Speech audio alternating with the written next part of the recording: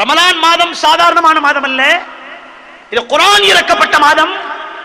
யார் இந்த மாதத்தை அடைவீர்களோ உங்க டியூட்டி என்ன? நோன்பு நோக்கணும். பெரியவர்களே, இந்த உத்தரவுக்கு எக்ஸ்கியூஸ் சொல்றவங்க எத்தனை பேர்? என்னைய பொறுத்தவரையில நான் டெசர்ட்ல வேலை செய்யறேன், கெசட்ல வேலை செய்யறேன். என்னைய பொறுத்தவரையில நோயாளி. என்னடா நோயின்னு கேட்டா மூக்குல பருவான். நோயா? கொழும்புல ஒருத்த சொன்ன நாங்க பிரயாணி, நாங்க சஃபராளி. சஃபராளிக்கு நோம்பு பிடிக்கலாதமே. எங்கடா போறேன்னு கேட்டோம். கொழும்புல இருந்து மாம்பழம் போறாராம். மாம்பழம் அம்மான் தோட்டக்கு அங்கே தான் இருக்குது. நாங்களே இந்த 2 பேரும் குவைத்துக்கு வந்தோம் பிளைட்ல. நாங்களே நோம்பு விடாம பிடிச்சிட்டு வரணும். விடலாம், விட்டு பிடிக்கலாம், அனுமதி உண்டு. ஆனா அதை பிடிக்க நினைக்கின்ற போது எங்களை இஸ்ராயீல் அலைஹிஸ்ஸலாம் பிடிச்சிட்டாங்கன்னா, மௌத்து வந்துருச்சுன்னா இதைத்தானே நினைக்கணும், இதைத்தானே நினைக்க வேண்டும். எனவே இந்த மாதம் வந்தால் நீங்கள் நோன்பு நோக்க வேண்டும் என்று அல்லாஹ் சொன்னான்.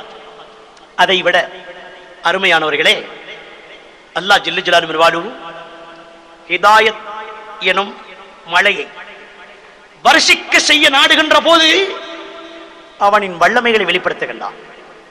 முஅஜிஸா, அற்புதங்கள். அந்த வல்லமையில் ஒன்றுதான் அல் குர்ஆன்.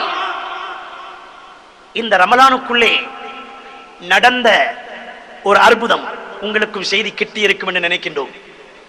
அமெரிக்க நாட்டில் இருந்து விண்வெளி ஆராய்ச்சிக்காக சுனித்ரா வில்லியம் என்ற ஒரு பெண்மணி அண்டங்களையும் கடந்து விண்வெளிக்கு சென்று விட்டாள். அங்கிருந்து மண்ணை நோக்கி பார்க்கின்றாள். முழு மண் உலகமும் டார்க், இருள். இருளுக்குள்ளே சிக்கி இருக்கின்ற உலகத்தில் 2 ஒளி கிளம்புகிறது. தன்னுடைய டெலிஸ்கோப் மூலமாக ஒளி கிளம்பிய இடத்தை பார்த்தபோது அது ஹரமைனி ஷரீஃபை, கஅபாவும் ரசூலுல்லாஹ்வின் ரவுதாவும். ஷேஃபாக மன்னகத்தை நோக்கி வந்தாள். அமெரிக்காவில் வந்ததும் இதை SMS மூலமாக அனைவருக்கும் கொடுத்தாள். உலகத்திலே சத்திய மார்க்கம் இஸ்லாம். அல்லாஹ்வின் வல்லமையை விண்வெளியிலிருந்து பார்த்தேன். முழு உலகமே இருட்டு, 2 வெளிச்சம் மாத்திரமே மண்ணில் இருக்கிறது.